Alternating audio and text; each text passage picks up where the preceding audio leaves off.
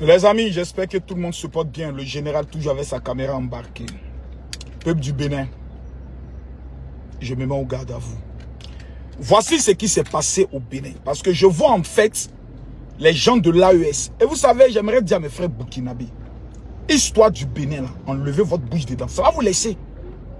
Déjà, vous avez des problèmes avec les Ivoiriens. Certains de vos frères sont allés faire de orpaillage en Guinée. Ils ont dit qu'ils vont gâter la tête de la Guinée pour aller dépenser de l'argent au Burkina. Ça crée des tensions. On est en train de vous voir encore dans l'histoire du Bénin. Quel est ce pays qui est en train de faire palabre avec tout le monde? Pourtant, c'est vous qui êtes les plus nombreux ailleurs. Voici ce qui s'est passé au Bénin. Parce que j'entends des gens qui disent, oh non, c'est pas encore fini. On est en train de vous dire ce qui s'est passé au Bénin. De façon claire, de façon nette. Dans la nuit du coup d'État, le colonel maudit, le plus vilain de tous les colonels de l'Afrique, et ses hommes ont décidé de frapper dans plusieurs endroits de façon stratégique. Ils ont pris en compte 2 villas du général de l'armée de terre, du général de l'armée de l'air, puis je crois un lieutenant-colonel, qu'ils ont attaqué de façon simultanée afin de pouvoir les maîtriser. Lorsqu'ils sont arrivés, l'erreur qu'ils ont commise, parce que dans la vie, quand Dieu n'est pas dans ton affaire, il y a toujours des détails, parce que le diable se trouve dans les détails. Lorsqu'ils ont lancé l'opération, ils ont oublié que la zone où ils sont allés attaquer là, c'est à 20 km de Cotonou même. Donc le général, le premier général, je crois de l'armée de terre, a appelé directement le président de la République pour l'informer de ce qui est en train de se faire. Donc le président alerte en même temps sa garde rapprochée et la garde républicaine. Donc eux, ils se préparent et ils se mettent en état d'urgence. Automatiquement, il y a un autre groupe qui attaque la télévision. Et au niveau de la télévision du Bénin, ce n'est pas une télévision où il y a un bataillon armé. Non, non, non, non. Si vous partez, ce sont 3 ou 4 militaires qui surveillent l'endroit, etc., etc. Parce que l'esprit de coup d'État n'est pas dans l'idée du peuple du Bénin. C'est un peuple civilisé. C'est le peuple le plus poli, le plus respectueux. C'est un peuple rattaché à ses valeurs. Ils ne sont pas dans les bêtises de coup d'État. Donc, au niveau de la télévision, ils commencent à lancer leurs différentes vidéos pour que ça passe en boucle. Ils attaquent maintenant la résidence du président et le palais présidentiel. Mais eux, ils étaient déjà informés. La riposte, elle est fatale. Les gars reculent. En reculant, le pouvoir en place a le temps d'appeler Canal pour leur dire coupez le signal là. Parce qu'il ne faudrait pas qu'ils prennent le soin d'intoxiquer les gens. On coupe le signal. Les éléments de l'armée républicaine, les vrais soldats, pas les traites, lorsqu'ils vont libérer la télévision, ils vont la libérer avec un esprit républicain. Il y a des civils à l'intérieur. On ne peut pas bombarder, on ne peut pas attaquer de façon brutale. Il faut penser aux civils. C'est ce qui a pris du temps jusqu'au petit matin. Les assaillants ne pourront pas tenir. Ils étaient obligés de rentrer dans un esprit qu'on appelle en Côte d'Ivoire l'esprit du Tchengeniso. Ils ont commencé à tchenguer. Le colonel a attrapé son caleçon. Il commence à courir. C'est en cela qu'ils vont récupérer un camp. Je crois le camp, ce n'est pas le camp de la garde républicaine. Il y a un camp qu'ils ont récupéré. Je vais trouver le nom plus tard.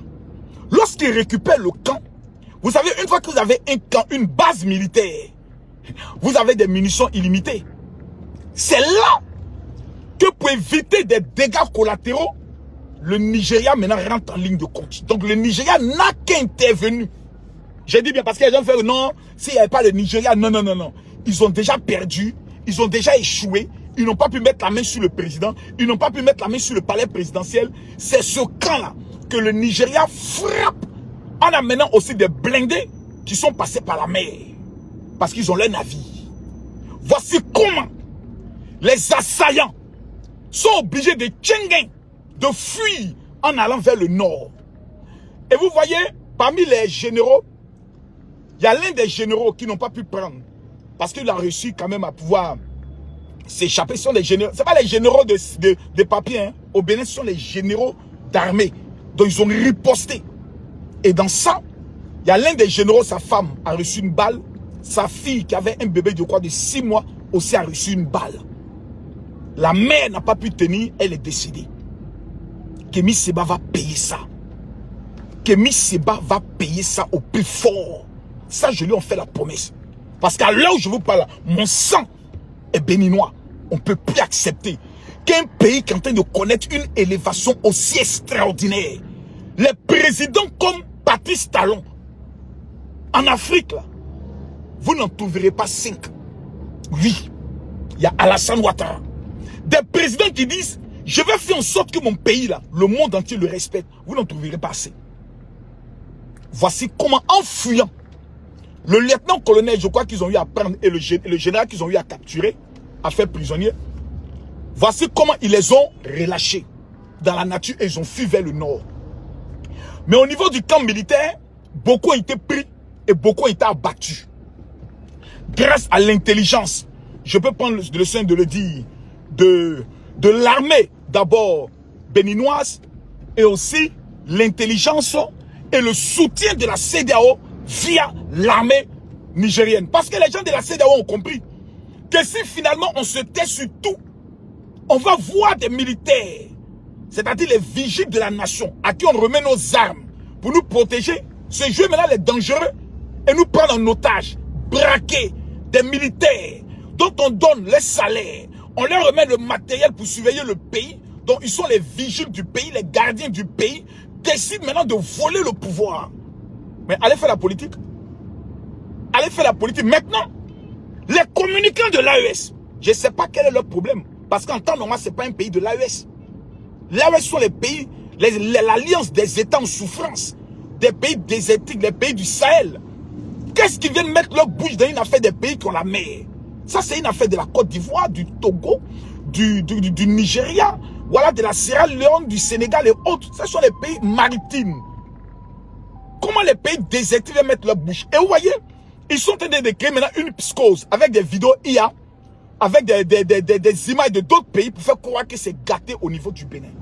Et moi, je n'aime pas ça. Parce que le président Patrice Talon a misé de façon exceptionnelle dans le domaine du tourisme. Et ça, là, je ne peux pas le laisser faire. Je devais être en Guinée.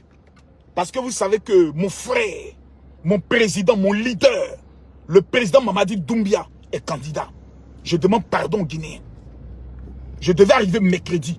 Je demande pardon aux Guinéens. J'attendais la fin de l'investiture du président Alassane Ouattara pour arriver. Mais je demande pardon aux Guinéens, ma patrie. Je demande pardon au président Mamadi Doumbia. Son frère, le président Patrice Talon, a besoin du général. Un grand travail a été fait au Bénin.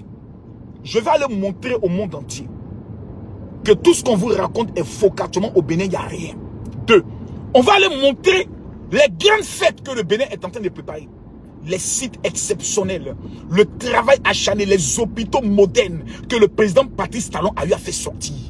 Mesdames, Mesdemoiselles et Messieurs, peuple du Bénin, je vous informe que ce vendredi, le général Kami Makosso arrive au Bénin pour 3 jours. Je fais vendredi, je fais samedi, je fais dimanche et le lundi, Jean. Je ne viens pas pour rencontrer une autorité. Ça ne m'intéresse pas. Je ne viens pas pour chercher la faveur d'un Béninois. La Côte d'Ivoire m'a déjà tout donné. Je viens de remporter une élection présidentielle. J'ai maté toute la rébellion au niveau de mon pays et j'ai mis KO tous les adversaires du président Alassane Ouattara. Je viens terminer le combat. Je viens faire le ratissage de la communication pour expliquer au monde entier. Ceux qui sont en train de préparer leur billet d'avion pour aller au niveau du Bénin, ne renoncez pas. Je viens dire au peuple du Bénin, merci pour leur détermination. Je viens saluer les forces de défense et de sécurité restées loyales. Et je viens dire merci au président Patrice Talon pour le travail exceptionnel qu'il a eu à réaliser pour le Bénin. Les hommes comme le président Patrice Talon, c'est chaque 50 ans que Dieu donne à certaines nations. Si maintenant on n'est pas capable d'être reconnaissant pour ce que cet homme a fait, mettant aujourd'hui l'économie, je peux le dire du Bénin, à un niveau de plus 7 sur le plan des indices, c'est que nous sommes un peuple ingrat et maudit. Vendredi, le général arrive au Bénin. Mesdames, Mesdemoiselles et Messieurs, ça va péter. Pendant que je parle du Bénin, je pense en même temps au Gabon. Mais le Bénin, trouvez-moi le nom béninois que vous allez me donner. Mon cœur est béninois. J'arrive pour la lutte. Que Dieu bénisse le Bénin. Shalom.